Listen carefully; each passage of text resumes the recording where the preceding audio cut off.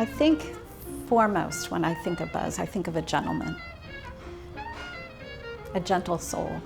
I would say he has a profound moral compass that guides him in everything that he does. My first impression was scary, right? He is very tall, as you know. He's very, I don't want to use the word intimidating, but he's really smart.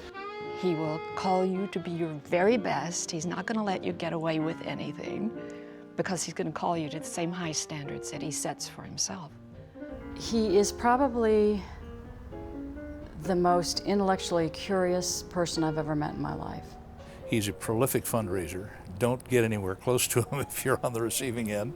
You will be lighter when you get done. Sometimes it gets a little hectic keeping up with Buzz McCoy, but I wouldn't trade it for anything.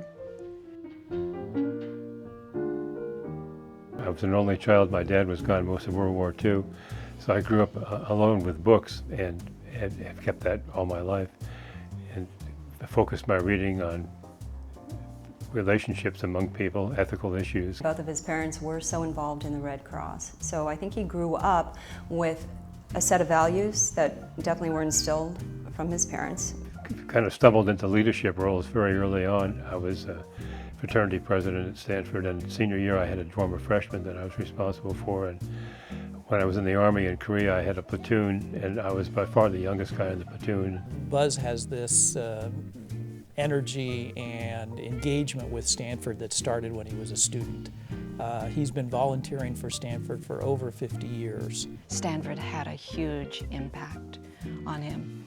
Anyone who is privileged to spend 4 years at Stanford on that beautiful campus has to come away with a greatly increased sense of appreciation for the land. And Buzz certainly does. Since I was little, all of our vacations have always been going somewhere in nature, to enjoy almost a spiritual relationship with the environment. When I was a young developer, I joined the Urban Land Institute to learn about real estate development, and one of the best teachers in the world of finance was Buzz McCoy, so I listened to every word he had to say. He was at the top of the real estate finance world at the time. He ran Morgan Stanley Real Estate. Think about that. Really developed Japan as a real estate business before anyone else went to Japan. We did a transaction back in the early 1970s called Monumental Property Trust. It was a liquidation of a real estate company for about $1 billion. My client was a man named Bud Meyerhoff. We awarded the bid to the highest bidder. It was a public company, so you had to be very careful how you did things and maybe transparent. And then another financial institution, a very prominent financial institution, anyone would know who they were, came in and said, why don't you reopen the process and we'll bid higher. Bud said, what would you do? And I said, well, you're a public company, you get a higher price, it's good for your shareholders. On the other hand, there's a matter of respect and integrity, and he said, I agree with you. He was concerned about business ethics before all these scandals showed how much we needed some more business ethics. For instance, he was a banker before the banks got in trouble. And if there were more Buzz McCoys, we wouldn't have gotten in the situation we had. We spent 10 years on the Bixby Ranch Company board. The Bixby Ranch is 24,000 acres, and he would work between the family-owned interests and the management interests in solving management problems, and he was brilliant at it. And he really taught me a lot on how to manage people and what to do. I retired from Morgan Stanley when I was 52. Felt like I had enough wealth to sustain me for the rest of my life. I'd built the real estate business and run it for 15 years. And there's a big difference between building something and watching it grow and maintaining something. And to me, maintaining it wasn't as exciting as building it had been. I loved the experience in the Himalayas. I trekked 1,000 miles in the Himalayas and led some trips. And that was a dream come true because I'd always wanted to immerse myself in the wilderness. And I love the wilderness, but I also love the Buddhist culture and the religious aspects of the culture. And the Parable of the Sadhu, a paper I wrote for Harvard Business School, has held up for 35 years or so because of the depths of meaning. It's not a unidimensional situation, and it has to do with the possible death of a holy man on a high mountain pass in the Himalayas. And some people would give a lot of themselves to help the unknown stranger Others would walk right by, and we applied CPR and gave him food and clothing. And the question is, what limit? When do you get off the hook? When have you done enough?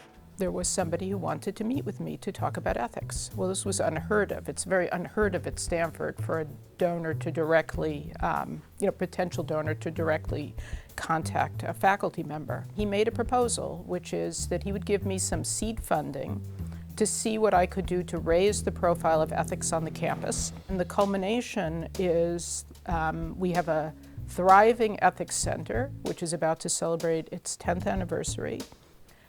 We have a thriving undergraduate honors program in ethics and society celebrating its 25th anniversary, and the campus Senate last year passed an undergraduate requirement in ethics for every Stanford undergraduate. He's made me a better teacher by virtue of showing me how academic concepts, academic ethics can be applied in the real world so they can be useful to business people.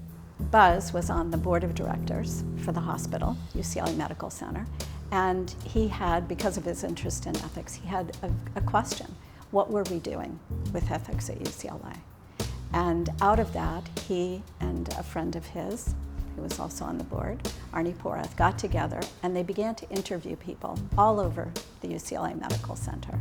And through their efforts, not only of interviewing and putting that report together, but sticking with us for these many years, over 12 years now, helping to form the Ethics Center that is now one of the busiest consult services in the country. One day, Buzz and I are having a beer, and Buzz turned to me and said, it's just wonderful working with you.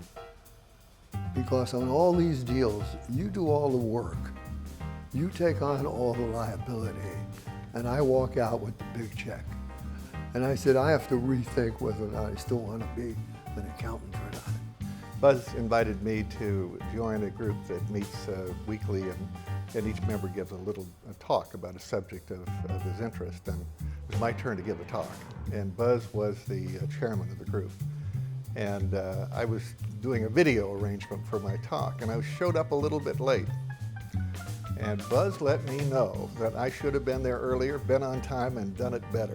When I had been working for Buzz for 4.5 years and my first child was 9 months old, I walked into Buzz's office and said, Buzz, I can't do this anymore. Buzz immediately responded and designed for me a part-time work-at-home position. Recognizing that this was Morgan Stanley, where we expected we were on call 24/7 and Morgan Stanley always came first, Buzz was somebody who thought about women and careers long before it was fashionable to talk about diversity. We were selling Pacific Lighting Real Estate Group 7 bidders. In order to make a bid, you had to include a $1 million check. So I took the bids, wrote up the summaries, took them over to Buzz's house on a Saturday morning, handed Buzz the 7 $1 million checks. Buzz holds them in his hand, looks at me and says, Ron, I don't care how rich you are. There's something about holding $7 million in your hand that's just fun. Is that we were trekking in Nepal, and Buzz went up ahead into a village, and it was very dry and very hot, and he bought all the beer in the village, and then he resold it to the rest of us who were coming up the trail for a profit. That was Buzz. Buzz's legacy will be his example of volunteerism. Second will be a philanthropic legacy. I think a legacy is the way those of us who are close to him and who've had the real benefit of working with him, the way he has encouraged all of us to try to live up to our potential as well. I guess I'd like to be remembered as someone who was kind and considerate of other people, outwardly related, although I have a great private life, an inward life as well, someone who is ethically sensitive, truly interested in helping others.